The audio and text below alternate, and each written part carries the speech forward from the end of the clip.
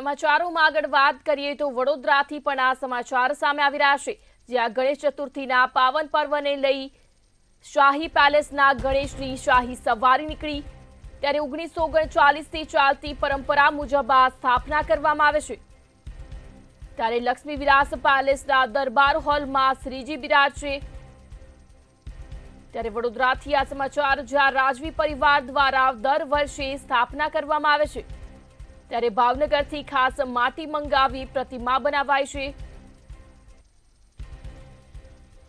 વડોદરાથી આ સમાચાર સામે આવ્યા ત્યારે 10 દિવસ સુધી દરબાર હોલમાં શ્રીજી બિરાજમાન થશે।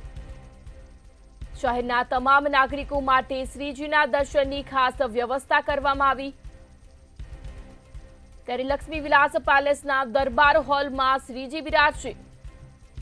ત્યારે રાજવી પરિવાર દ્વારા દર વર્ષે સ્થાપના કરવામાં આવે છે। ભાવનગરથી ખાસ માટી મંગાવી આ ગણેશજીની પ્રતિમા બનાવાય છે।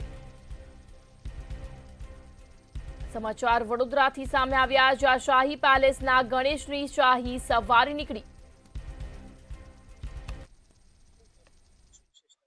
આજે આ ગણેશજીની પ્રતિમા કૃષ્ણરાવ ચૌહાણ 1926 થી અમે ગણેશજીની મૂર્તિ બનાવવા શરૂઆત કરેલી। આજે 99 વર્ષ થઈ ગયા અમે ગણેશજીની મૂર્તિ બનાવીએ છીએ। ત્યારબાદ અમારા પિતાશ્રી 1926 ની અંદર જે સ્કૂલ ઓફ આર્ટની અંદર ડિગ્રી મેળવવા ગયા હતા। ડિગ્રી મેળવ્યા પછી એમને સયાજીરાવ મહારાજે પ્રતાપસિંહરાવ મહારાજની મૂર્તિ બનાવવા માટે ઓર્ડરો, બ્રોન્ઝના અને પારસવાની મૂર્તિઓ બનાવવા માટે ઓર્ડર આપેલો હતો। એને આપણે કીર્તિ મંદિરની અંદર છે, નવસારી છે, વ્યારા છે, સયાજીગંજ છે, એ બધું જોઈને અમારા સયાજીરાવ મહારાજ સાહેબે કીધું કે આ ગણેશજીની મૂર્તિ પણ એમને આપવી જોઈએ, કારણ કે એટલી સુંદર એ લોકોએ જે સ્ટેચ્યુ બનાવ્યા છે, તો મૂર્તિ સારી બનાવવા માટે 1939 ની અંદર એમને એ મૂર્તિ બનાવવા માટે ઓર્ડર આપવામાં આવેલો હતો।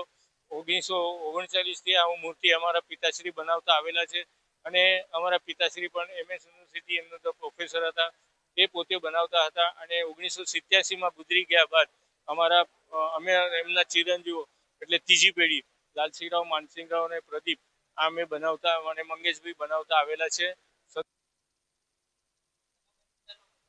વર્ષોની પરંપરાને પ્રણાલી મુજબ શાહી સવારી નીકળી હતી શ્રીજીની, અને 1939 થી ચાલતી આ પરંપરા યથાવત રાખવામાં આવી છે। આપણે જોઈ શકીએ આ લક્ષ્મી વિલાસ પેલેસ છે, અને જે પ્રમાણે ભવ્ય સુંદરતા અને આવું મનમોહક અહીંયા ડેકોરેશન તેમના દ્વારા દર વર્ષે કરવામાં આવે છે। વડોદરાના આ લક્ષ્મી વિલાસનો દરબાર હોલ છે, દરબાર હોલમાં ગણેશજીની સ્થાપના કરવામાં આવે છે। શાહી ગણેશને આપણે જે રાજપુરોહિત છે તેમની સાથે પણ વાત કરીશું। જી, શું કહેશો? વર્ષોની પરંપરા મુજબ આજે બાપાનું આગમન થયું છે, શું કહેવા માંગશો?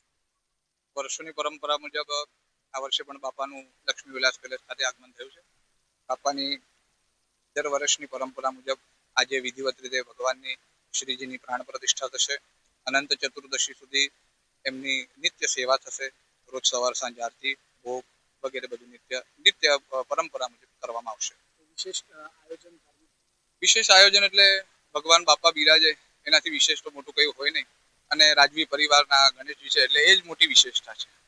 ચોક્કસ, એટલે જોઈ શકાય જેમાં વર્ષોની પરંપરાને પ્રણાલી મુજબ જે રાજવી પરિવાર દ્વારા ગણપતિ બાપાનું દરબાર હોલ ખાતે સ્થાપના કરવામાં આવે છે, અને દરબાર હોલ ખાતે તેમની સ્થાપના થયા બાદ જે 10 દિવસનું જે પ્રમાણે જે નિત્યક્રમ હોય છે તેના પ્રમાણેનું આયોજન કરવામાં આવે છે। 10 દિવસ બાદ 10 દિવસનું આતિથ્ય માંડ્યા બાદ બાપાનું જે ઇકો ફ્રેન્ડલી પદ્ધતિથી આ લક્ષ્મી વિલાસ પેલેસના પ્રાંગણમાં જ તેમનું વિસર્જન કરવામાં આવે છે। આપણે જોઈ શકીએ જ્યાં બાપા બિરાજમાન થવાના છે, રાજવી પરિવારના જે શ્રીજી છે તે આ જગ્યાએ બિરાજમાન થવાના છે, અને આ જગ્યાએ જ્યારે બિરાજમાન થનાર છે ત્યારે તેનું પણ સુંદરતા એટલે તેનું સુંદર ડેકોરેશન પણ રાજવી પરિવાર દ્વારા કરવામાં આવ્યું છે। આપણે જોઈ શકીએ જેમાં અનેકો એવી પ્રાચીન મૂર્તિઓ છે જે મૂકવામાં આવી છે। મહારુદ્ર હનુમાનની પ્રતિમાઓ છે, તેમજ આ એક અલૌકિક એવું સૌંદર્ય અહીંયા રજૂ કરે છે રાજવી પરિવાર દ્વારા। દર વર્ષની જેમ આ વર્ષે પણ શ્રીજીની સ્થાપના કરવામાં આવી છે। નોંધનીય બાબત છે કે જે પ્રતિમા છે તે પ્રતિમાની જે શ્રીજીની છે જે જ્યારથી જે પરંપરા પ્રણાલી ચાલુ છે ત્યારથી યથાવત જોવા મળી રહી છે, એનામાં કોઈ પણ ફેરફાર જોવા નથી મળ્યા। ભાવનગરથી ખાસ કરીને માટી મંગાવવામાં આવે છે, અને 10 દિવસ સુધી આ દરબાર હોલમાં પ્રતિમા જે શ્રીજીની સ્થાપના થાય છે ત્યારે 10 દિવસ અહીંયા બિરાજમાન કરવામાં આવે છે। નગરજનો પણ આમના દ્રશ્યો જે દર્શન જોઈ શકે છે, અને આ મનમોહક જે દ્રશ્યો છે તે પણ તે નિહાળી શકશે।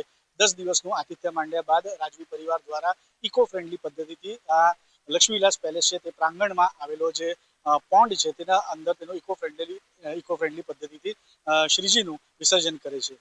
કેમેરામેન કેતન શિંદે સાથે સત્યમ નેવાસ્કર, મંતવ્ય ન્યૂઝ.